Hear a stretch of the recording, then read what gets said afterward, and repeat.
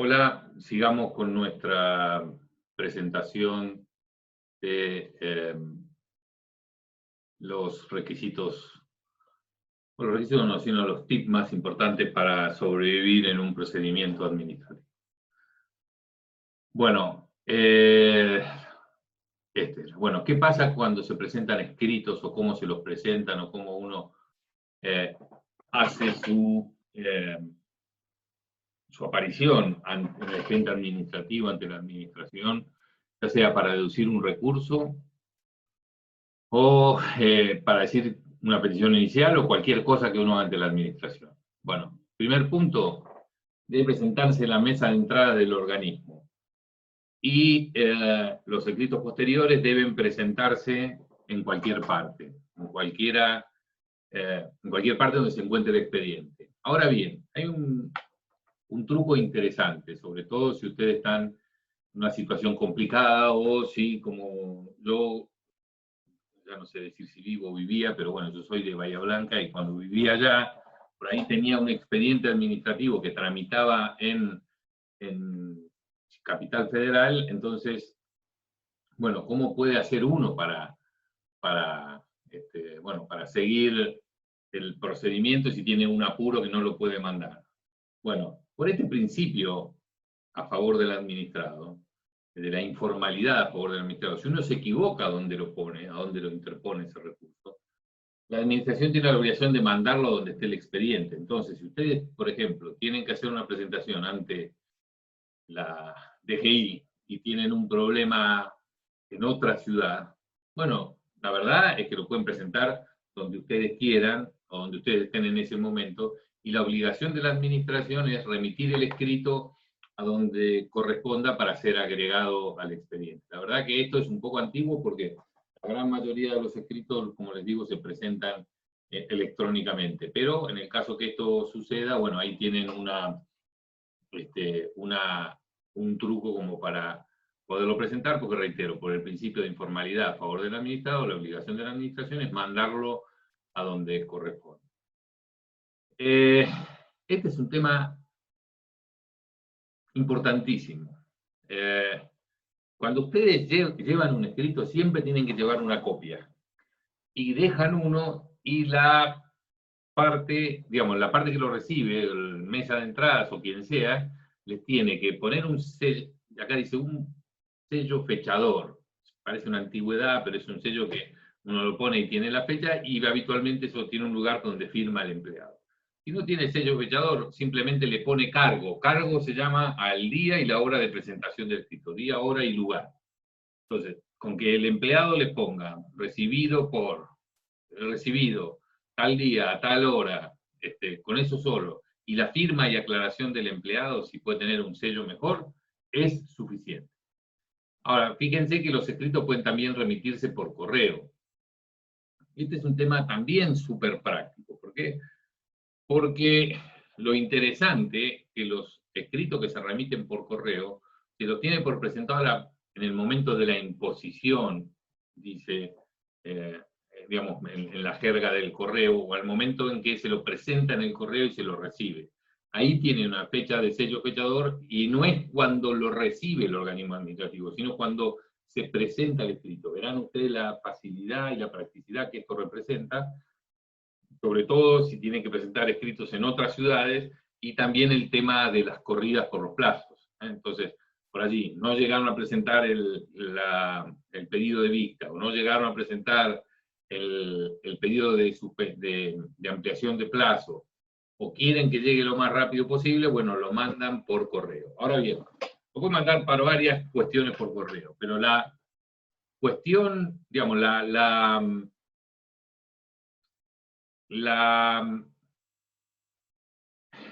la jerga del correo, la forma de presentar escritos administrativos se llama el sistema del confronte y sellado. Se lo reitero, parece una antigüedad, pero es importante que lo sepan, de confronte y sellado. ¿Por qué? Porque ustedes llevan el escrito que quieren presentar y llevan una copia. Y le dan un sobre especial. En el sobre ustedes llenan los datos del destinatario, por ejemplo, Dirección General Impositiva en Buenos Aires, o Balcarce 50, Presidencia de la Nación. Entonces, le ponen esos datos, se los llevan al empleado. El empleado lo que hace es mirar si el original se corresponde con la copia que ustedes le están dando.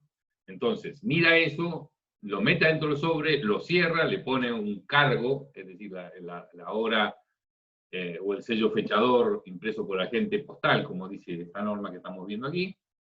Lo meten en el sobre y a su vez le dan una copia en la cual le sella todas las hojas y le dice que esa copia que ustedes presentaron es igual a la que metieron ellos en el sobre. Entonces, esa es la garantía que tienen ustedes, que presentaron el recurso o el escrito en términos y del contenido, porque ¿qué hizo? Se llama confronte, confrontó el original con la copia y recién después la metió en el sobre.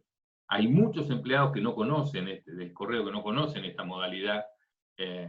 Por eso llevarse siempre el reglamento y la ley de procedimiento administrativo es útil. A mí me ha pasado muchas veces que no lo sabían, después tienen que ir a preguntar adentro, pero le digo que es una cosa muy útil cuando no quieren ir hacia el lugar donde está radicado el expediente, etcétera, etcétera. Así que esto es muy interesante.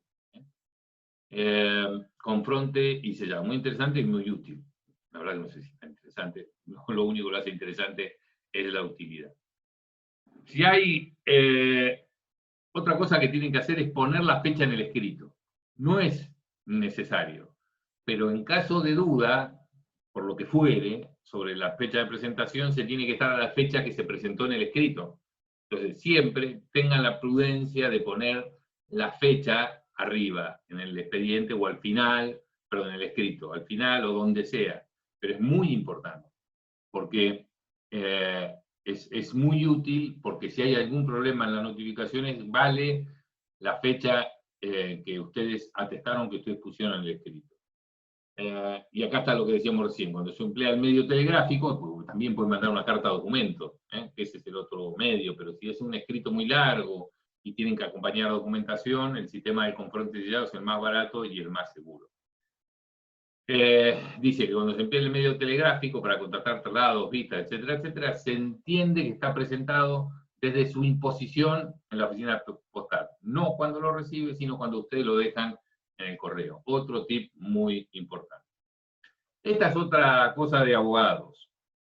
Como los plazos por día corren por 24 horas, y ustedes van a llevar a 11:30 de la noche un escrito a una oficina administrativa y obviamente está cerrado, para que ustedes no pierdan ese plazo que le da la norma, se le permite que dentro de las 2 primeras horas del día de atención del día siguiente al del vencimiento, se lo toma como presentado el día anterior, se lo toma como presentado en términos.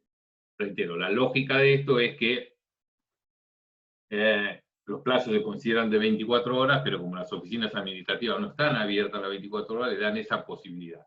2 horas después del primer horario de atención en la oficina de Gesell. Este tema con la aparición o con la invasión que esperemos se prolongue de los escritos presentados por vía electrónica, esto tenderá a desaparecer. Pero ahora tienen el plazo más las 2 primeras horas del día posterior.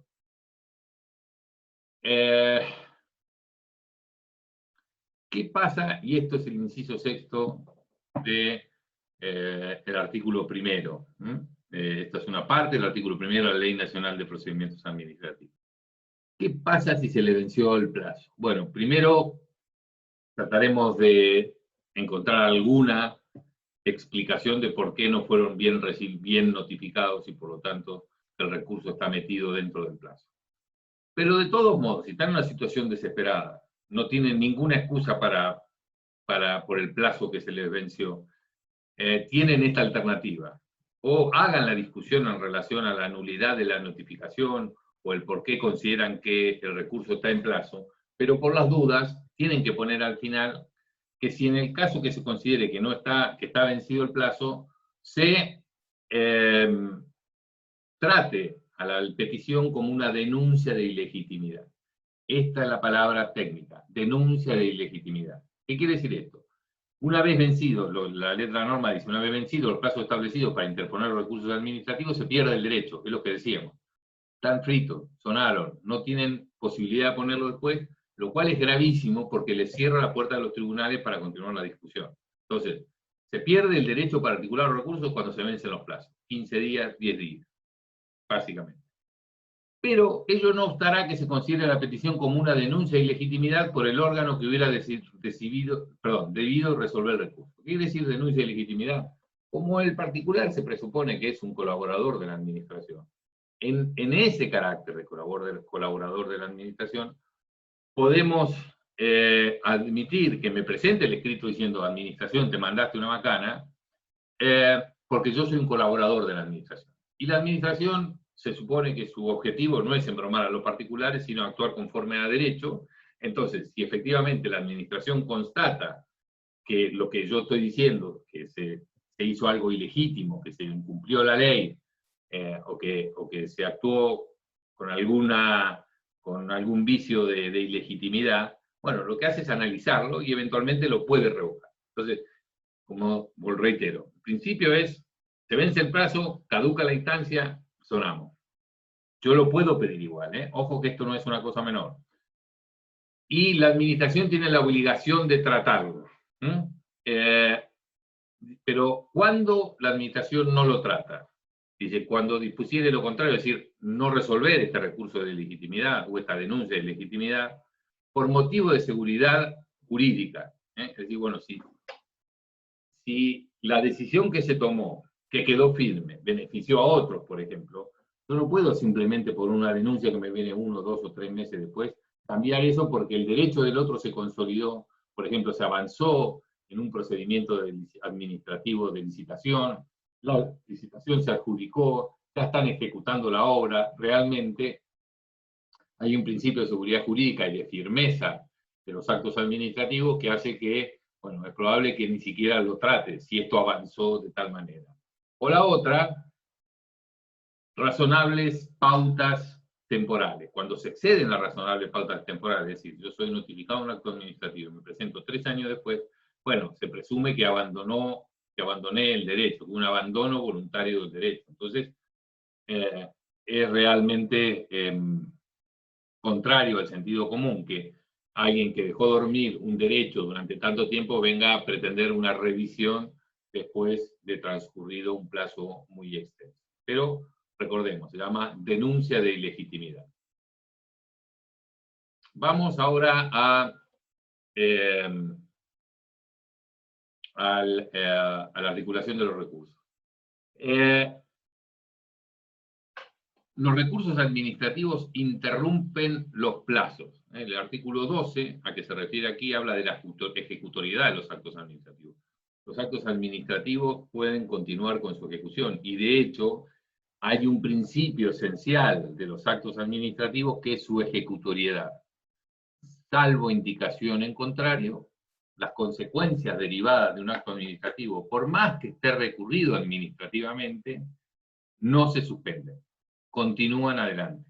Entonces, reitero, los actos administrativos son ejecutorios. El hecho que no estén firmes porque yo haya interpuesto un recurso no quiere decir que no se ejecuten. Vamos a ver después el caso especial de la Ley Nacional de Procedimiento Tributario, pero el principio general es, ténganlo presente, el hecho que ustedes interpongan el recurso no quiere decir que la administración no lo lleve adelante. Por ejemplo, si ustedes en una municipalidad le disponen sacarle la habilitación a una persona, a un carnicero que es cliente suyo porque no tiene las condiciones de salubridad suficientes, el hecho que ustedes interpongan un recurso no quiere decir que ese acto administrativo no continúe teniendo fuerza ejecutoria. ¿Qué quiere decir? Que si ustedes no logran la suspensión de los efectos del acto administrativo con algún pedido de suspensión en base al artículo 12, ese acto administrativo continúa vigente. Por lo tanto, el hecho que ustedes recurran, interpongan, por ejemplo, un recurso de revocatoria, como vamos a ver después, o un recurso jerárquico, no quiere decir que el acto no se ejecute. Necesitan pedir la suspensión de los efectos del acto porque el principio general es que por más que haya un acto recurrido, que no esté firme, que se haya interpuesto un recurso en contra de ese acto, no se suspende su ejecución.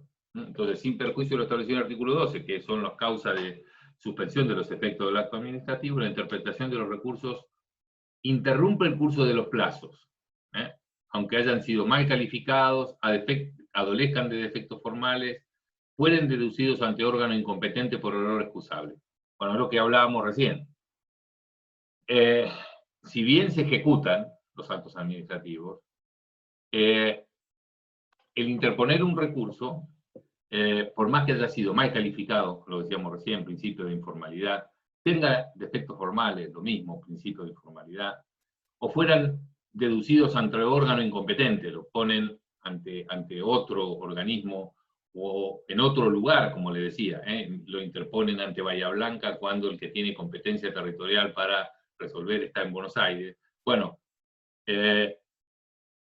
eso ya, la sola interposición de recursos suspende cualquier plazo, los plazos de interposición de los recursos. Entonces, ya se lo tiene por presentado en términos. Más allá que la autoridad le pida que sanee esos vicios en el cual ustedes pueden haber incurrido. Entonces, la sola presentación del escrito en donde surja patente la intención de ustedes de recurrir ese acto, de quejarse de ese acto, implica la suspensión de todos los plazos. Lo que no implica, reitero, es la suspensión de la ejecución del acto administrativo. Tenemos algunos recursos tributarios, que vamos a ver después, que suspenden por la sola interposición de recursos, pero ese es un principio excepcional. Fíjense, la administración puede dar por decaído el derecho de usar dentro del plazo correspondiente, sin perjuicio de la persecución de los procedimientos según su estado y sin retrotraer su etapa. Retrotraer las etapas, digamos.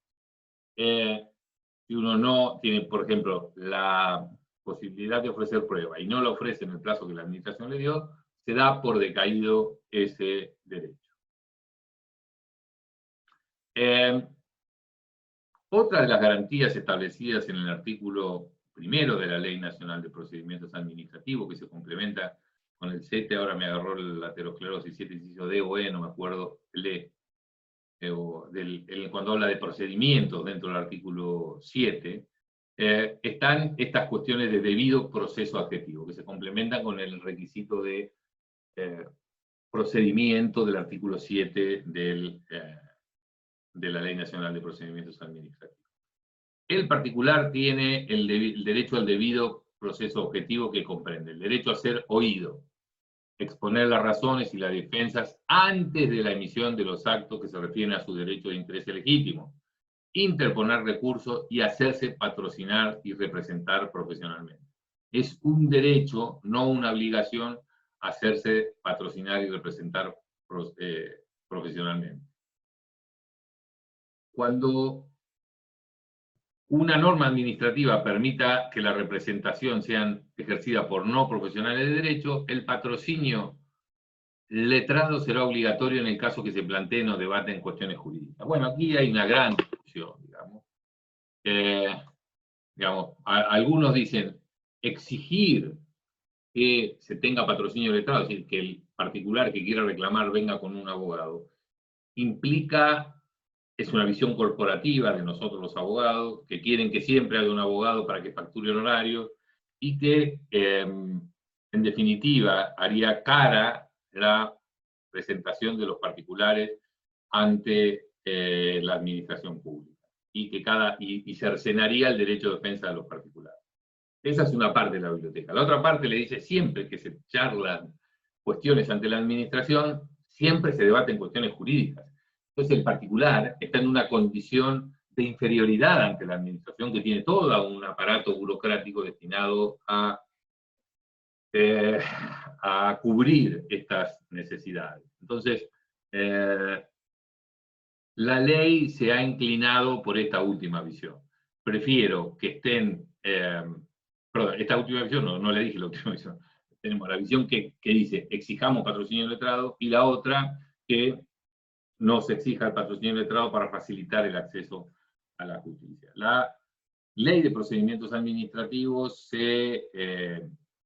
toma esa posición de no exigir patrocinio letrado para que las personas se puedan presentar, salvo cuando la administración se da cuenta que hay cuestiones jurídicas complejas, en la cual tendría que obligar al particular a defenderse mejor y a venir con un abogado. La verdad es que son pocas las veces que yo he visto que la administración actúe de tanta buena fe cuando vea que el particular no tiene un patrocinio letrado y que se está metiendo una macana o no se está defendiendo bien, que lo llamen y le digan, che, traete un abogado porque estás haciendo macana. Entonces, como vemos, estas son las dos caras. Una que trata de que le salga más barato al particular y que se pueda defender mejor, y la otra es que trata de que no esté indefenso el particular ante una administración que tiene abogados, que tiene una cultura burocrática que claramente supera el del particular y por lo tanto esa parte de la biblioteca considera que el patrocinio jurídico debiera ser obligatorio. Ustedes verán lo que les parece mejor, ¿no? Es una cosa, como les digo, hay dos lados de la biblioteca. En cuanto a ofrecer prueba, se puede, es otro de los derechos que hacen al debido proceso adjetivo. Ofrecer prueba, que se produzca dentro de un plazo que le fijan. La administración debe producir los informes que le pide al particular, lo que llaman oficios, en el cual le pide información que no tiene. ¿No? Y básicamente la obligación de la administración es realizar todos los informes y dictámenes necesarios para esclarecer los hechos y buscar la verdad jurídica objetiva. Bueno, este es un tema interesante y que la administración, te digo también con una culpa, no me estoy haciendo el santo varón, porque cuando uno actúa en la administración siempre tiende a atender. Yo trabajé 20 años del otro mostrador, de los particulares, digamos, pero cuando uno está en la administración siempre tiene esta visión de confrontación con el particular y esta visión de ataque y contraataque entre el particular y la administración. Cuando realmente lo que uno trataría o debiera, o sería su obligación funcional, es la de buscar, lo que como dice la norma, la verdad jurídica objetiva, y no ganarle siempre al particular. Entonces, este es un tema interesante y es una obligación que a veces no se cumple acabadamente por parte de la administración y puede, bueno, es un tema en el cual habría que hacer mucho para cambiar la mentalidad de la administración pública en general y de los abogados que trabajan o trabajamos en la administración pública como para cambiar este criterio. Bueno, paramos ahora y empezamos con el tema de notificación de los actos administrativos y publicidad, etcétera. La vemos en nuestra próxima clase, así nos mantenemos en este límite autoimpuesto de 20 minutos para que esto no se haga tan demasiado pesado. Nos vemos luego.